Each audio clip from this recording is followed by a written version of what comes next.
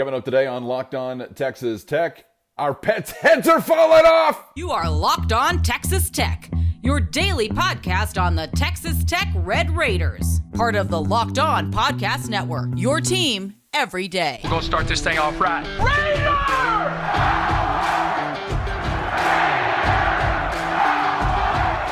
Raider! Everything runs through Lubbock! Great to have you back with us on Locked On Texas Tech on the Locked On Podcast Network. Always appreciate being your first listen on YouTube or anywhere you get podcasts. Today's episode brought to you by FanDuel Sportsbook, official sportsbook of Locked On. Make every moment more with FanDuel. Visit FanDuel.com/LockedOn today to get started. He's the only Chris Level. I'm Casey Cowan. Chris kicking her off with no beating around the bush.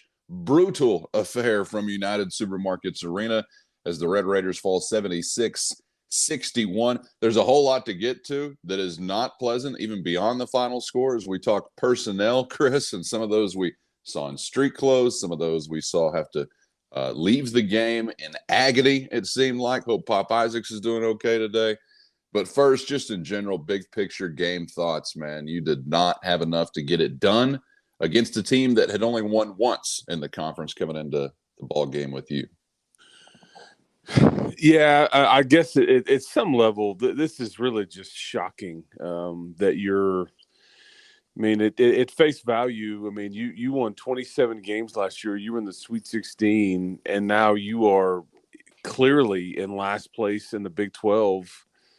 And just without feeling like you've got much hope. And it's just stunning to me that it's the two products or the two teams just couldn't be any different, from or very opposite ends of the spectrum here. But yeah, I mean, I thought last night, I mean, you were favored to win that game. But West Virginia was just better. They were deeper. They out-toughed you, I think. I mean, just based on the rebounding numbers, and it's just wild, man. I mean, I just don't think anybody saw this coming. I mean, I remember telling you back in November, December, I'm not sure Tech is that good, but I certainly didn't envision 0-8 in the league with. I mean, let's just be honest. I mean, 0-18 or a 1-17 is not that. I mean, that's kind of staring you in the face here based on the way you've played and based on the competition that you're about to face and based on some of the injuries that you mentioned. I mean, that's the reality of what we're looking at here. Yeah, and Chris, I was really disappointed last night watching the game play out, just kind of seeing – and maybe I haven't been watching enough closely. Maybe it's been there already. I don't know. But, body language symbolism, if you will, was standing out to me at the USA and nothing good about it. And, starting with your team leader and Kevin O'Banner, but he wasn't the only one. I saw guys shaking heads at coaches, saw guys, kind of smirking, laughing after instruction, walking away, in an acrimonious kind of way, if that makes sense. And I just had such a bad taste in my mouth. And I'm talking like 10 minutes into the game. I mean, it really wasn't at the end of the game or anything like that. And some of the questions that we've gotten about, has the staff lost this team? Have they lost the locker room? I've kind of just sloughed off, so far. But I think at least as far as my perspective goes, and you're right there courtside, you see it, you hear it closer than anybody, just about. As far as my perspective goes, I think maybe those questions are fair. I don't know if the staff is connecting with the guys right now, because if body language is worth anything, and a lot of times it's worth a lot, I think it was speaking volumes, at least in my mind. What do you see there? Well, the concern there is that something that we've kind of hinted at, in that if you played all these games close and you fought and there's not results, you're not getting any kind of result there, eventually you just wonder, how much fight you have left. And then you obviously see you're without one of your key guys and Fardaws, or the guy that had come back for the last couple of weeks. And then you lose Pop Isaacs to an ankle injury. I mean, at some level, it's not, I just think that the kids you're putting out there are just overwhelmed. I mean, I don't even think it's their fault or that they're losing they're not listening to coaches or the coaches don't know. I mean, I just think that those kids are overwhelmed. It's just that there's just too much youth and inexperience, and this league is just chewing these kids up. And West Virginia, I mean, West Virginia is not very good, but they were ranked in the top 25 about a month, 5 weeks ago. And but they're that much better than you are, and it's painful. I mean, I think their season high in 3-point attempts was 26. Last night they shoot 35 of them and they make 10. That's not a great percentage, but that's 7 more threes than you.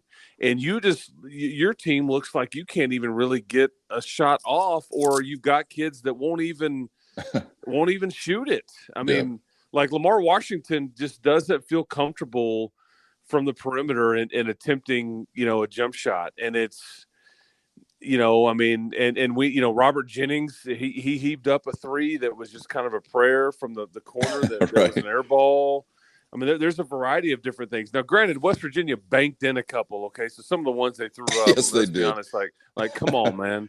But yeah, it's just and here's a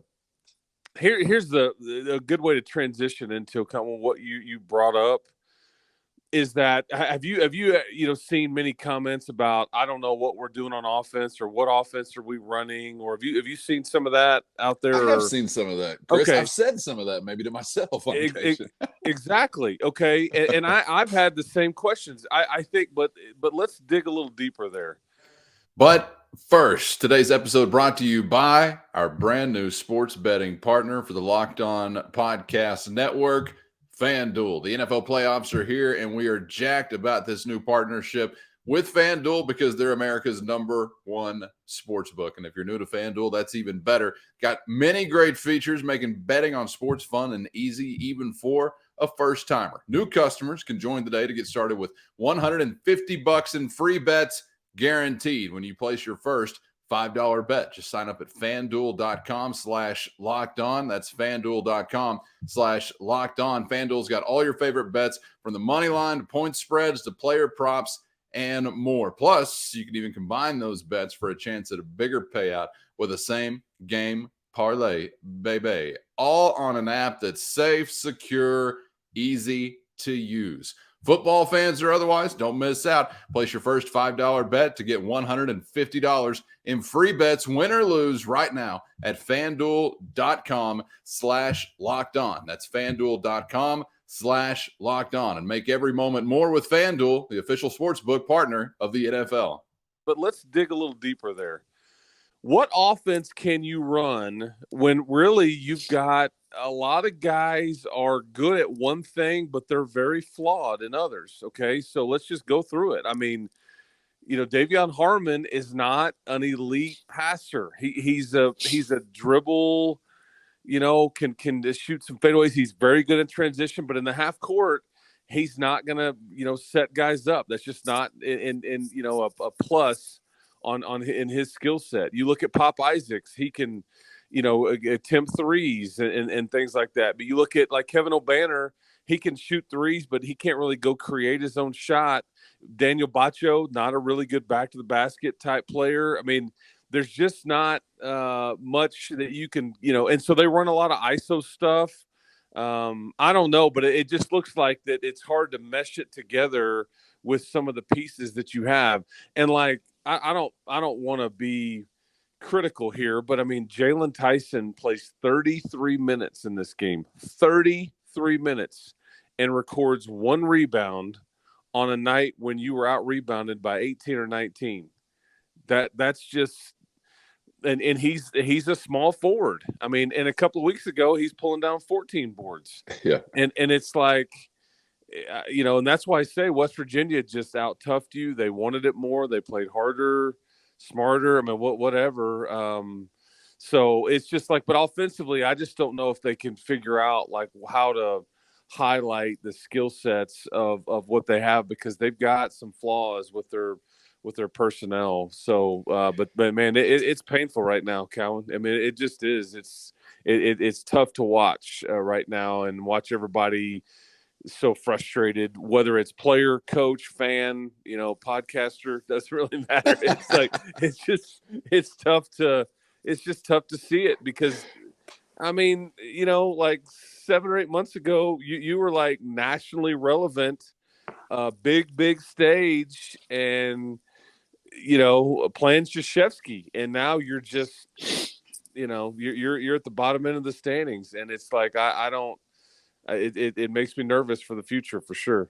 Oh yeah, and I know that you probably were a little nervous, like I was, walking into the USA and seeing it in a state that we have not seen in quite some time. Now there is snow on the ground, inclement weather. I'm sure that impacted to some degree butts and seats, but I'm afraid maybe more so a matchup between two teams that were a combined 1-12, I think, in the Big 12 coming into the game, and yours being the one without the win also impacted that. It was, the people that were there had some energy, I guess, but God, I was having too many flashbacks of like early Tubby Smith era, Pat Knight, BCG, Scott Walker era. I mean, too many red seats visible. And you alluded to this, I think either earlier this week or last week, but you had something so precious, so valuable in what your basketball program had become. And you talked about how close you are to possibly losing it. And I think, like when you really know that you've lost it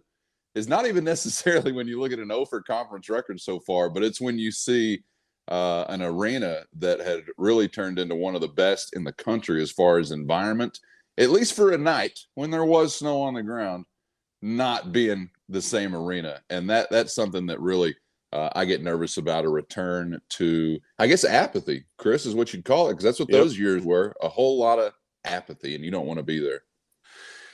Yeah, and I think they announced 11,000, which is still better than most crowds in the Big 12. But you become spoiled around here when 13 or 14,000 has been a bad crowd. But yeah, I was worried about that. The early tip, the opponent that doesn't get much attention, and that they were ninth place coming in, and then obviously the weather. So it was kind of the you had the three things working against you, and maybe the biggest thing is that you've not been playing well. So I guess that's actually four things. But yeah, that's what makes you really nervous here, man. I mean, I'll just be honest. I mean, as a Texas Tech alum, and you are too. I mean, it's like watching it, because I remember the lean years. I do. I lived through them. And some of the people that, are Tech basketball fans, they weren't really fans then, or they weren't around then, or they didn't pay attention then. And the lean years aren't that long ago. But you've lost, I think, 8 games in a row now for the first time. We're going back since 11 or 12, somewhere around in there. And so, you're that's a decade plus. And again, there's so many new Texas Tech basketball fans that kind of jumped on board, and kind of it became a thing. And I think that everybody probably should be worried that it just goes back and reverts back, because it's going to be extremely difficult to pull yourself out of the situation that you're in this season. Okay. But you start to look off into the future, and where does this thing go? Does it just become like a lot of basketball programs in the Big 12, and people just kind of, ho-hum it a little bit, and it's just not something that people do. And I don't know, man. It's just it's hard to watch because I sat right there and watched Tubby Smith literally shake hands with the near. It felt like, I think there was an announced crowd of like 5,500 people. Early in his tenure, and just it felt like he thanked nearly every one of them for coming to the game one night. Yeah, and it's like, and 5,500, whatever, felt like a pretty big crowd. At the time when he kind of took it over, because you had hit rock bottom. I mean, I think people forget you were the worst Power 5 team in the country. Okay, for a period of time. I mean, there may have been some others in the conversation with you, but you were, I mean, you were, you were picked last, you were picked close to last, you were finished. I mean, you just, 1-17 in the Big 12 one year. And I just fear that this season is going to end up like one of those, because the league is just too good, and you're just not right now. You're just not in any way competitive, and you're not healthy, and it just sucks, Cowan. I mean, it's painful, man. I'll be honest. It really stings. Yeah, and I think the opposite of what we saw in football season is part of what is bringing about that pain, in that you're not getting better as the season has gone along. And I think that would be noticeable if you were, because you would start from the ground floor, obviously. And I've said on this show after some games that I felt like, okay, well, Tech did respond after a tough result the previous game. They showed up, played well in the game. I don't know, they played well, but they were in the game, blah, blah, blah, and you're just coming up short. But I don't feel like we've ever done anything more than that. I don't feel like there's been a whole lot to say beyond, well, they haven't waved the white flag, which is not nothing, but you're hoping to see some progress, some steps taken at some point in time as a team. And I just really don't feel like we've seen any progress. Like, I don't feel like we've seen, better chemistry or better anything, really. And I know that you've got injuries, and we're going to get to that stuff before we're out of here on this episode. I know you have injuries to deal with, but the pain is real right now for Red Raiders near and far. Your best player is just not a guy to me that strikes me as a leader, and you really need one of those right now to rally the troops. And I'm calling Kevin O'Banner your best player. I may be wrong even in saying that. Your best player might have limped off the floor last night, or he might have been in street clothes. I don't really know, but the leadership, the leadership vacuum, Chris, like, I love you, Kevin O'Banner, for the 20 you gave. That was nice. But I think I'd almost love you even more if I really saw you, rallying troops. And I just feel like there's a real void. And look, the coaches have got to provide, clearly, leadership of their own variety. But Chris, every team needs, peer leadership. You need player leadership in the huddle, on the floor, whatever sports season cliche you want to use there. Every team needs that. And I got to be honest, like, I don't know if there's one in a uniform that is like the central rallying point. And that's very, very scary. I'm very shocked to also feel that way as we're close to January. But am I wrong? Is there in uniform like a guy that you really see, as that central rallying point like we have in so many other years?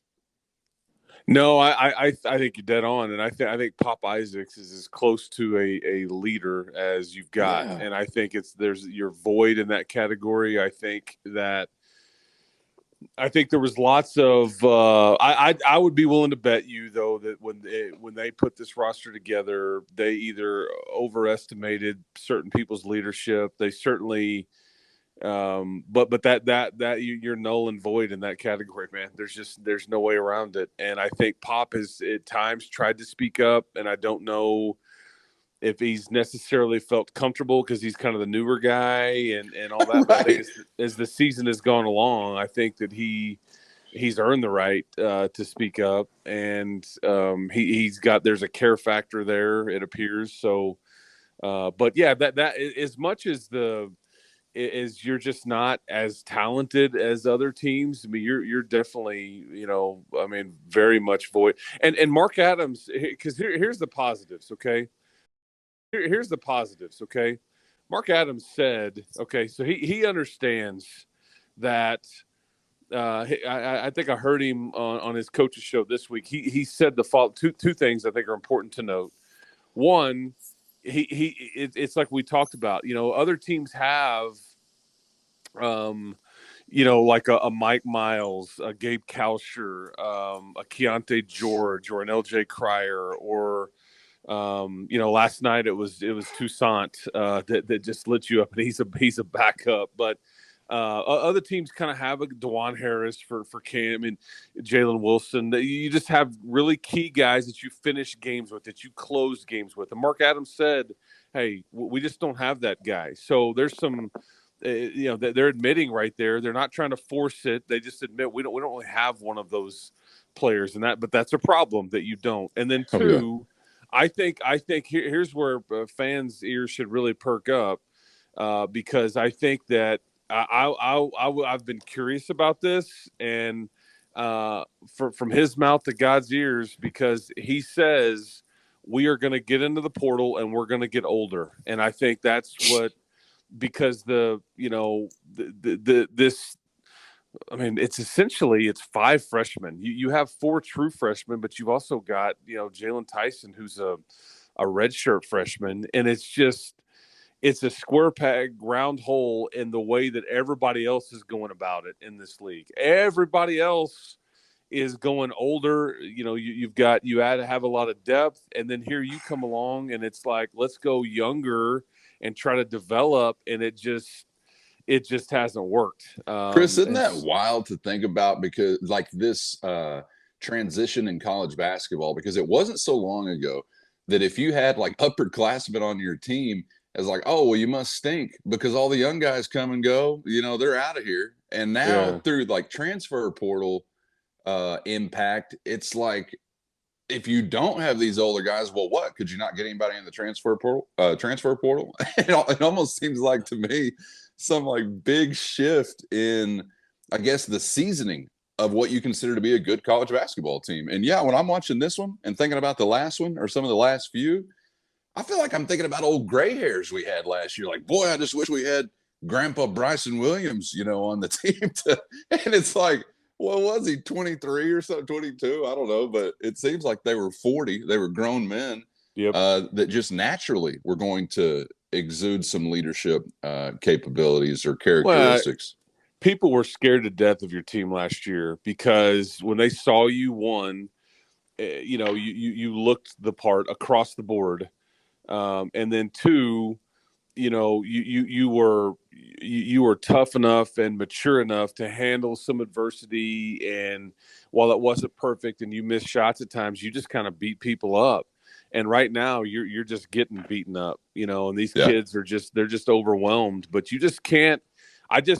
And again, I get the philosophy of wanting to be young and trying to develop and kind of trying to create a culture and because Joey's doing that in football.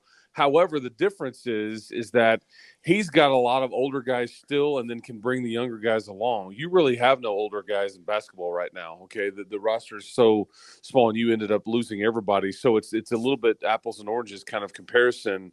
But I just don't think, if other teams in the Big 12 were willing to say, you know what, hey, we'll decide to go young and develop too. Maybe you could. There's a place for that, but that's not what anybody else did. Nobody, right?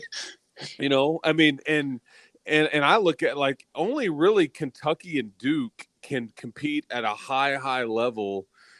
And they're typically doing it with one and done types. And so.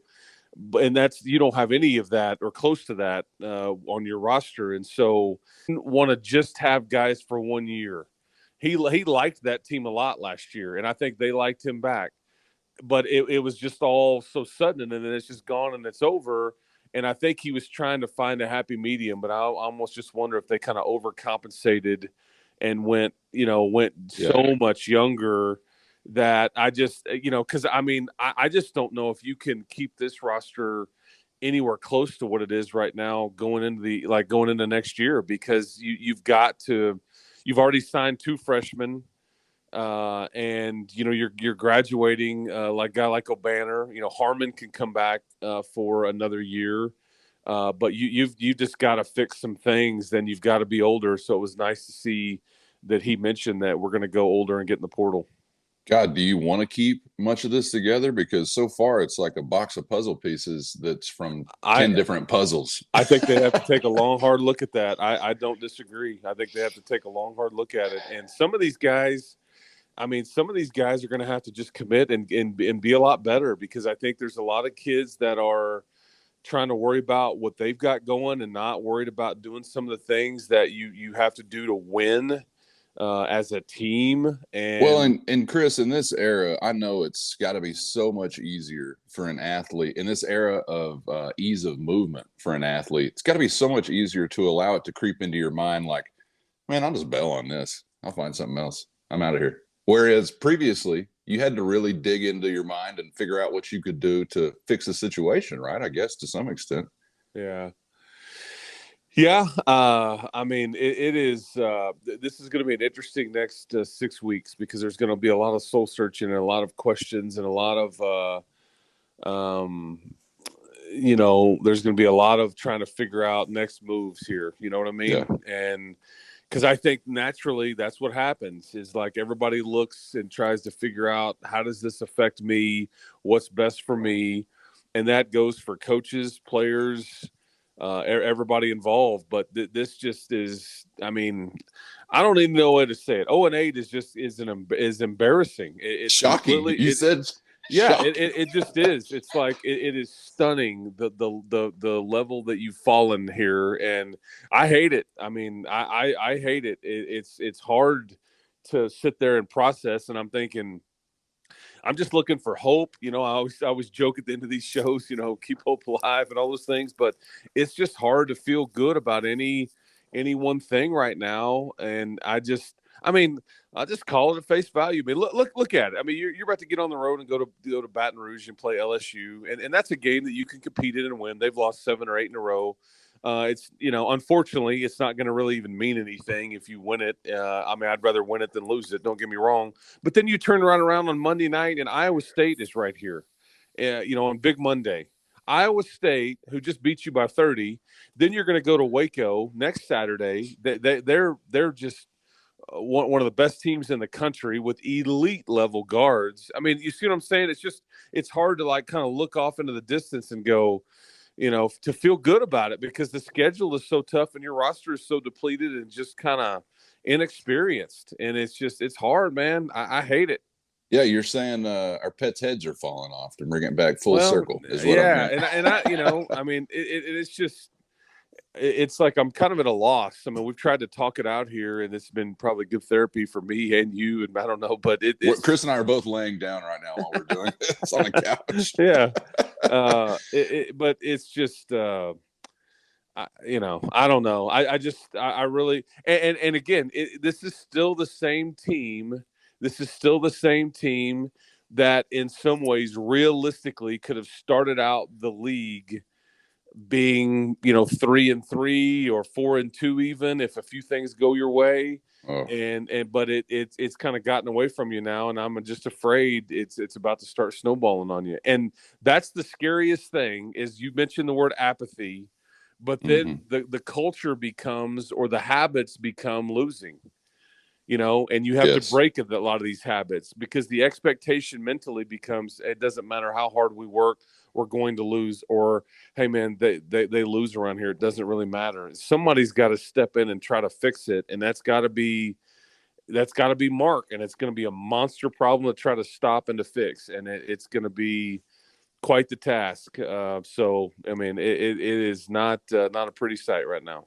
Yeah, and I'm sitting there watching the game and thinking about the 2 head coaches involved. And, obviously Bob Huggins has had some bad years. I mean, he's had 2 4-win Big 12 seasons in just the last, I think, 4 or 5 years for West Virginia. But Hall of Fame head coach, you give him the opportunity to rebuild because he's done it before. And as I'm looking at a guy that's treated that way in Bob Huggins and then looking at Mark Adams, I'm just wondering how much slack will be on the line for Mark Adams since he is, as a head coach on this level, not overall in his career, but on this level, is in his infancy as far as what he can do or what type of credibility he has in order to be expected to regain some traction. But Bob Huggins has done it before. I thought that was kind of an interesting little comparison there, just available to anybody in the USA to consider because, yeah, you've seen Huggins have some years, Hall of Fame head coach, and you're thinking, good grief, this must be the end.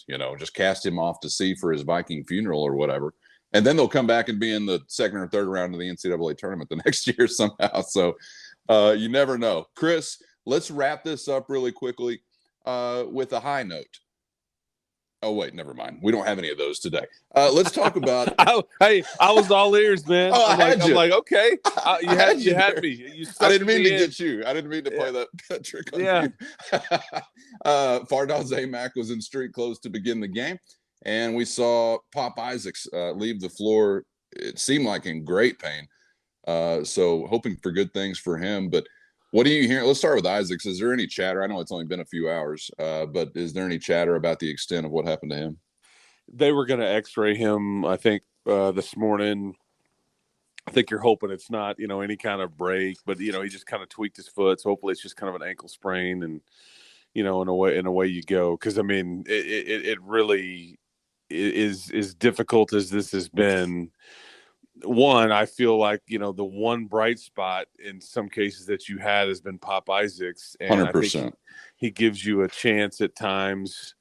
But that's where I think the win came out of the sails, against West Virginia, is when he goes out. You made a little bit of a run, but then at some point you have zero direction, just because I think he's got some juice to him on offense and he can make shots. But and then with Fardaws, I think that it appears he's going to be out for a bit. I don't know how long a bit is, and we'll just have to see. But and at some point, this is the bad part about a season like you're about to endure. I'm afraid is at some point those kids should say, "I'm going to take my time." I don't need to rush back. What's the point? That's true. And it's like I don't want to. We're not necessarily playing for anything. Again, painful to say, painful to admit, but that's just the reality of it. This show best consumed with a stiff drink. I probably should have said that at the beginning instead of at the end. That's my bad. We'll get through this together. Either way, Chris, you keep hope alive, my friend. We'll do, man. We'll do. It's all we got. But you still tell me, please. Still tell me.